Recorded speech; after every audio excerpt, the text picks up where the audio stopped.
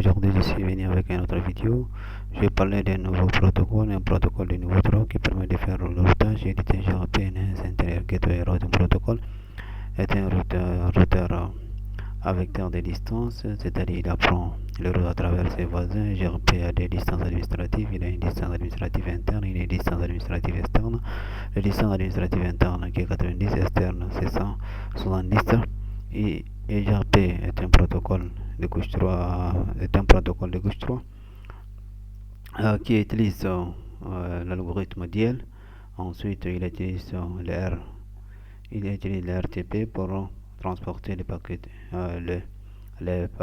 sur sa destination. Il a 5 types de paquets. Maintenant, nous allons configurer le protocole GRP. Maintenant, nous allons voir le tableau de routage des différents périphériques. Et le protocole GRP n'est pas activé. Nous allons essayer de configurer. Voici le tableau de routage des différentes périphériques de routeur. Voici le tableau de routage de tous ces. Aucun protocole de routage dynamique n'est configuré. Nous allons venir activer le protocole de routage EGRP. EGRP est un protocole un peu intelligent quand il s'agit du protocole RIP qu'on a configuré précédemment. Il est un peu évolutif. Nous allons venir sur ce routeur et je vais vous montrer comment on configure, quelles sont les différentes étapes de la configuration de EGRP.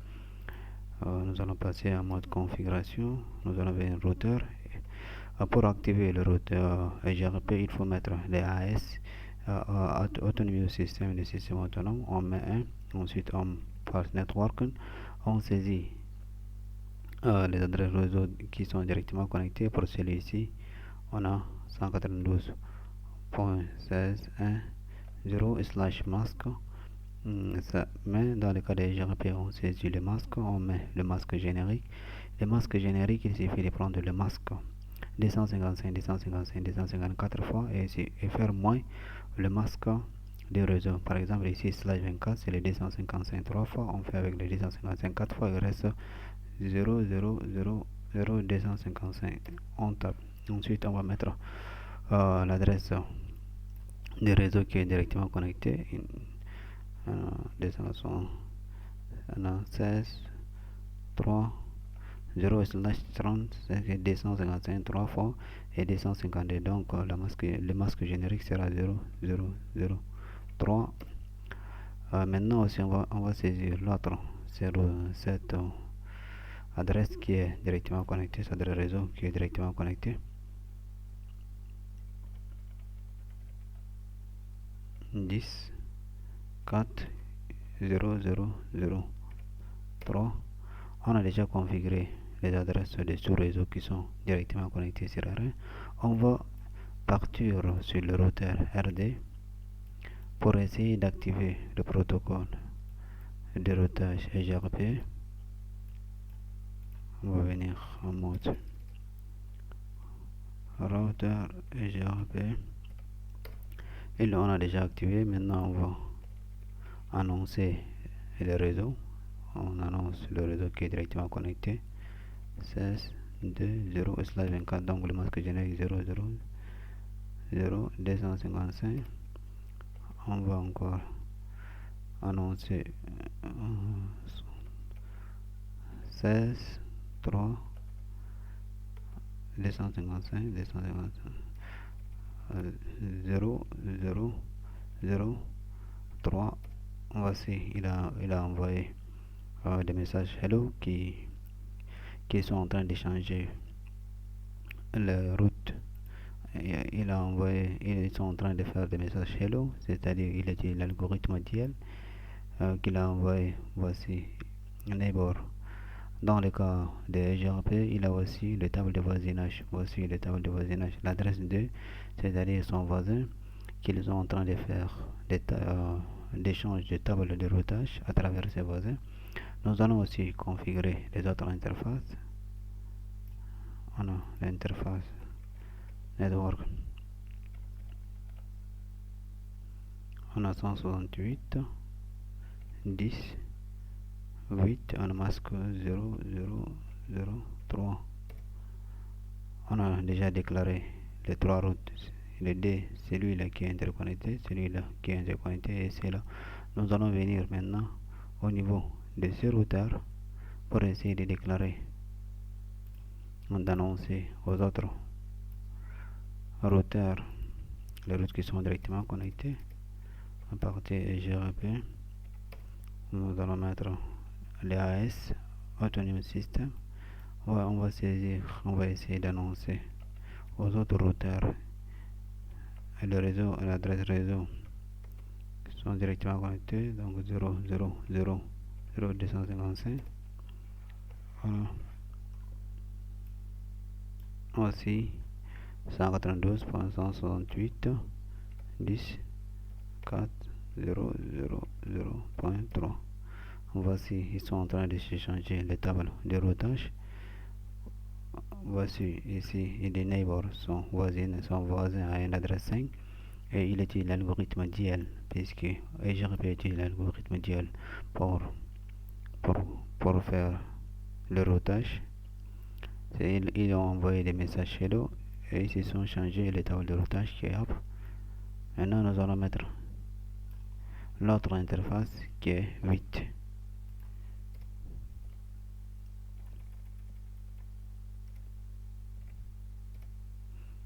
Ils se sont aussi échangés les tables de routage avec le routeur qui est directement interconnecté. Voici, il est son voisin, il a l'adresse 10 à 192.168.10.9. C'est l'interface 00, serial 00. Voici serial 001. Voici serial 001. Ils se sont changés les tables de routage puisqu'on a dit GRP est un protocole vecteur de distance qui se font les échanges des tables de routage avec son voisin. Ils sont échangés. Maintenant, on va venir au niveau de chaque routeur pour voir les tables de routage. Et on va sortir. On va sortir. On va dire Node Summary pour empêcher le résumé automatique sur tous les routeurs, par exemple.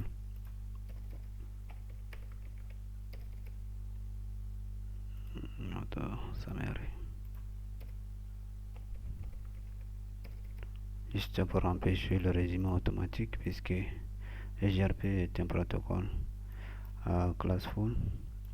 Par défaut il est classful mais on peut désactiver.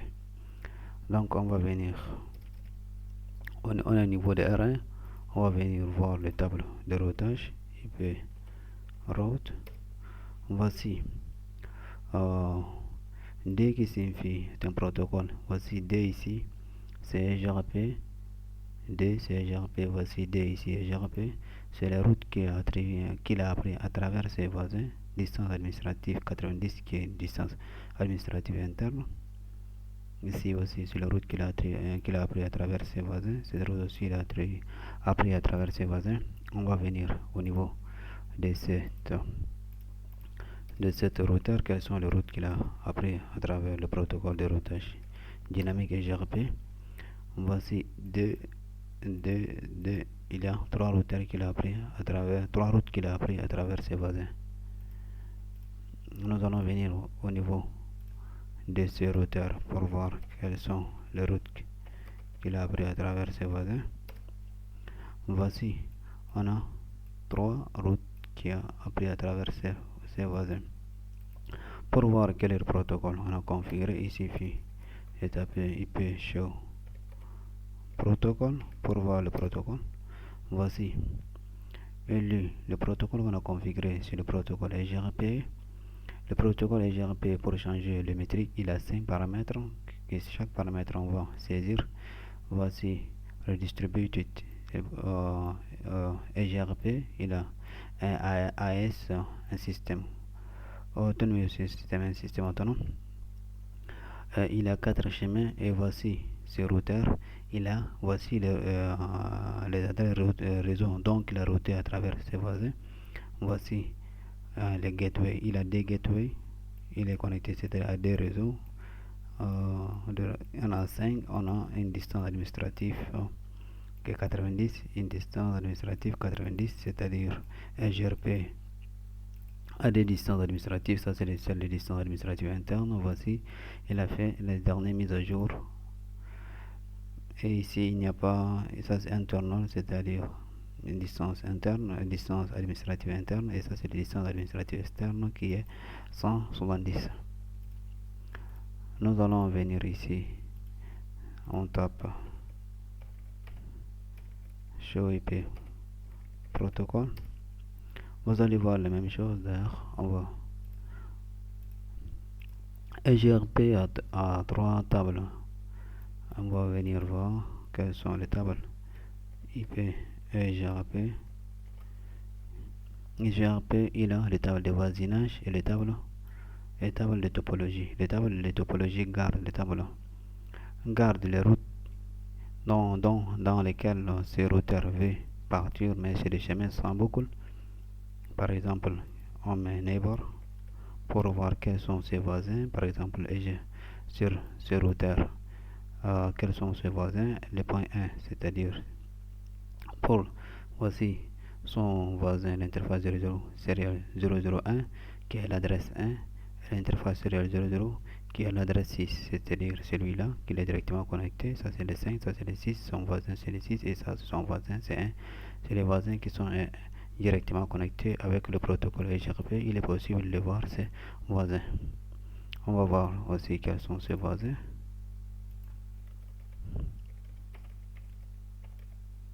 Pour voir ses voisins, il suffit de taper la commande show IP grp neighbor, c'est-à-dire les voisins.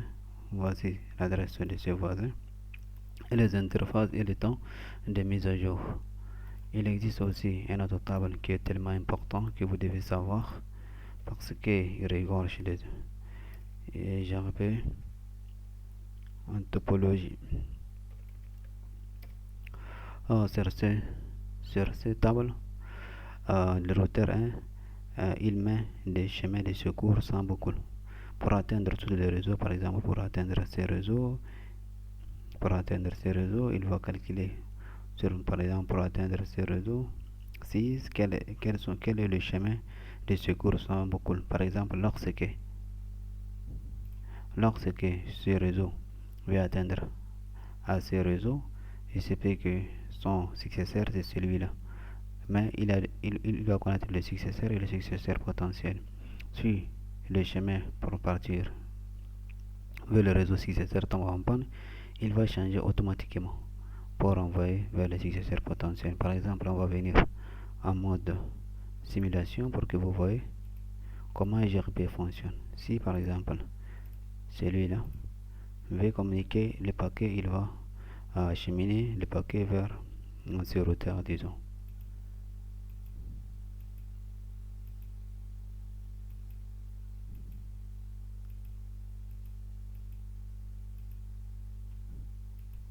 Il va acheminer le paquet vers ce routeur.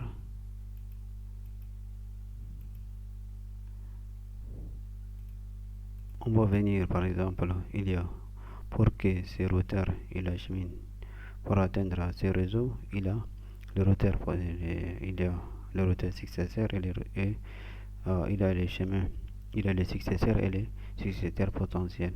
Par exemple, on vient en mode simulation pour que vous voyez si ce routeur veut partir, il veut acheminer le paquet sur ce réseau, il va utiliser son successeur, c'est-à-dire le route qui est directement connecté.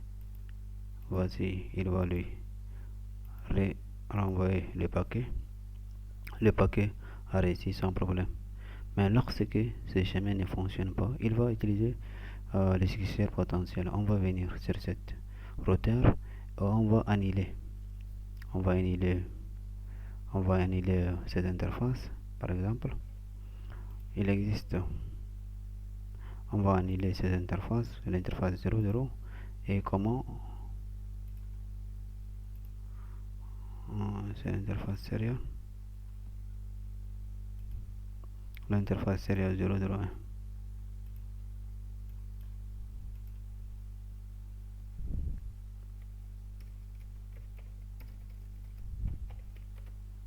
Serial 0. Interface serial 0 1/0. On le dit chat. On éteint cette interface. Lorsque on éteint cette interface, maintenant comment le routeur va agir pour envoyer le paquet vers ce réseau? Il va utiliser les successeurs potentiels. Maintenant on va essayer de cette PC, on va essayer de partir à celui-là. Vous allez voir, voici les chemins, c'est-à-dire comment OSPF il va toujours calculer deux chemins, un chemin qu'on appelle le successeur, celui qui est directement connecté, et un successeur potentiel. En cas où le successeur tombe en panne, il utilise le successeur potentiel. Donc c'est une amélioration. Lorsque par exemple on met ce chemin up, il va utiliser les successeurs pour atteindre ce réseau. Par exemple, si c'est un autre protocole, il va dire que le paquet n'est pas joignable. Mais avec GRP, lorsque le successeur tombe en panne, il utilise les successeurs potentiels. Les successeurs potentiels se trouvent dans la table de topologie. Il va l'utiliser immédiatement pour nous montrer. Maintenant, lorsque on active ce chemin, il va essayer d'envoyer vers à travers le routeur successeur. Il y a le routeur successeur et le successeur potentiel. Il garde le routeur successeur potentiel dans sa topologie. En cas où le successeur et le chemin vers le routeur successeur ne fonctionne pas, il va utiliser le chemin vers les successeurs potentiels afin de cheminer. Maintenant, nous, on va partir et activer ensuite. Il faut que vous voyez, par exemple, ici, on va venir à ma simulation.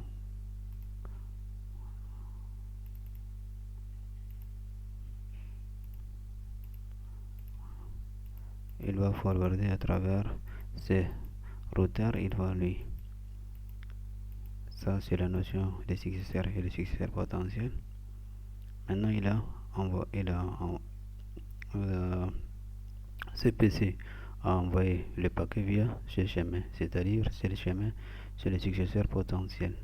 Maintenant, lorsqu'on met cette interface app, il va utiliser le chemin vers le successeur pour envoyer le message. Nous allons venir, c'est l'interface serial 001.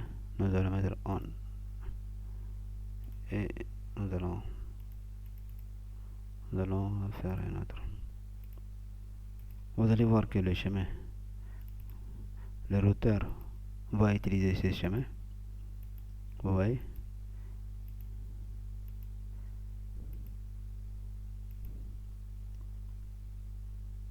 c'est-à-dire ça, c'est la notion de successeur pour atteindre ces réseaux.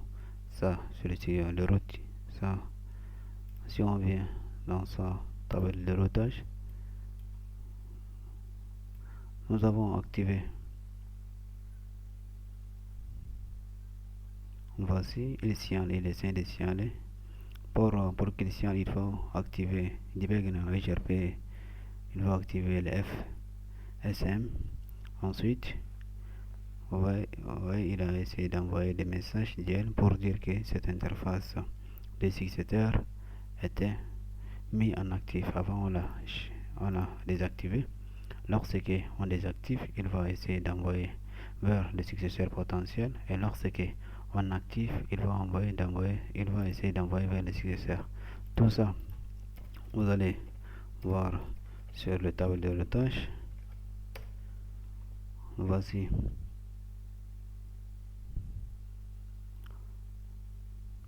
Quand vous voyez ici, ça il a mis le chemin via 1, c'est-à-dire pour acheminer ce réseau D, pour que le routeur R1 achemine des paquets vers le réseau 192.16.2.0.0, il a une distance administrative qui est 90 et il a symétrique. Et symétrique est celui du successeur. Et via, c'est-à-dire via 13 192.16.0.0, ça c'est le successeur, c'est-à-dire quoi, il va véhiculer pour que R1 par via ce réseau, ça on appelle successeur, et il va essayer de garder dans sa table de topologie le successeur potentiel.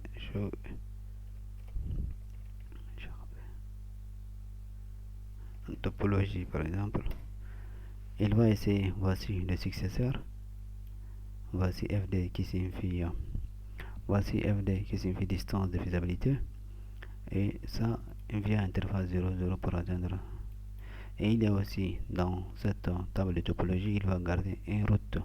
Il va garder une route sans boucle de secours qu'on appelle successeur potentiel en cas où si via ces routes successeurs tombent en panne, il va utiliser le route il va utiliser le route il va utiliser le successeur potentiel pour acheminer l'information. Donc c'est ça, nous avons vu le protocole. Aujourd'hui nous avons vu le protocole EGRP. Ensuite nous avons vu comment configurer ce protocole. Protocole EGRP, nous avons dit il a des distances administratives, il a les 90 et les 170. Il utilise l'algorithme DIAL qu'on avait dit. Il y a les tables de topologie, les tables de voisinage. Les tables de topologie, nous avons dit il garde le meilleur chemin pour atteindre le réseau, ou en cas il garde les meilleurs chemins sans boucle. Il y a le meilleur chemin sans boucle en cas où un chemin tombe en panne. Il va utiliser la notion de successeur et le successeur potentiel. Si par exemple les routes vers le successeur tombent en panne, il va utiliser le successeur potentiel. On a parlé avec EGRP, il a aussi les tables de voisinage. Quels sont vous pouvez voir en tapant la commande show EGRP neighbor pour voir quels sont les routeurs qui sont directement connectés à l'interface, quels sont les routeurs qui sont directement connectés. Et cet élément, il y a une évolution par rapport au protocole RIP. Donc aujourd'hui nous avons vu EGRP. Salut les gars, très prochainement nous allons voir un autre protocole.